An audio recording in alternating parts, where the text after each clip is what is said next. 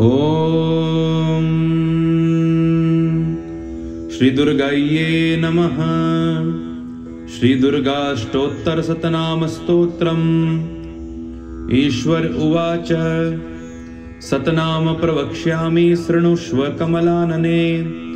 यस्य प्रसाद मात्रेण दुर्गा प्रीता भवेत् सती। ॐ सती साध्वी भवप्रीता भवानी भवमोचनी।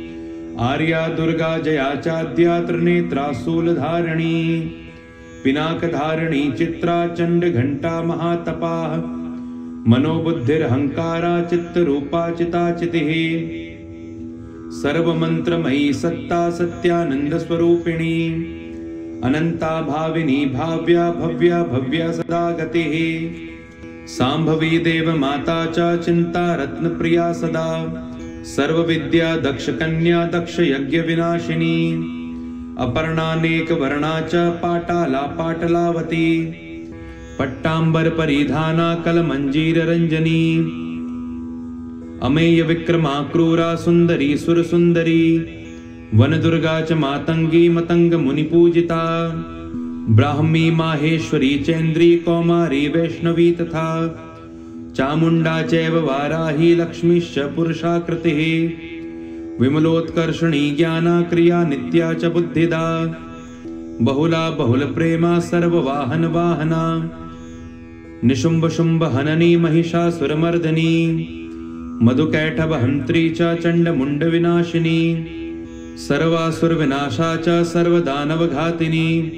सर्वशास्त्रमयी सत्या सर्वास्त्रधारिणी तथा। अनेक शस्त्र हस्ता च अनेकास्त्रस्य धारिणी।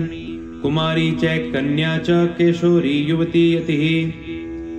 अप्रौढ़ा चैव प्रौढ़ा च वृद्धमाता बलप्रदा।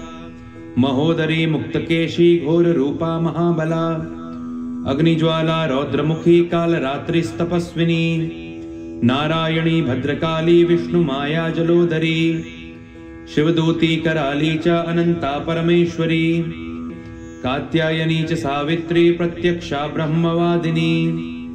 य इदं प्रपठे नित्यं दुर्गा नाम शताष्टकम्।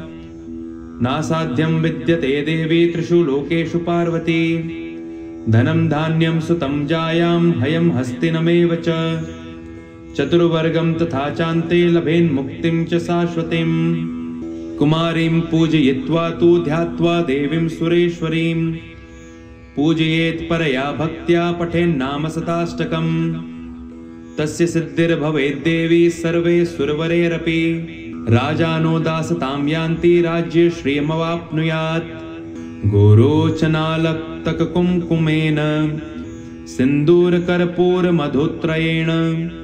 विलिख्य यन्त्रं विधिनां विधिज्ञो भवेत् सदा धार्यते पुरारिः। भौमावास्यानि सामग्रे चन्द्रे शतभिषां गते। विलिख्य प्रपठेत् स्तोत्रं स भवेत् सम्पदां पदम्। इति श्री विश्वसारतन्त्रे दुर्गाष्टोत्तरशतनाम स्तोत्रं सम्पूर्णम्।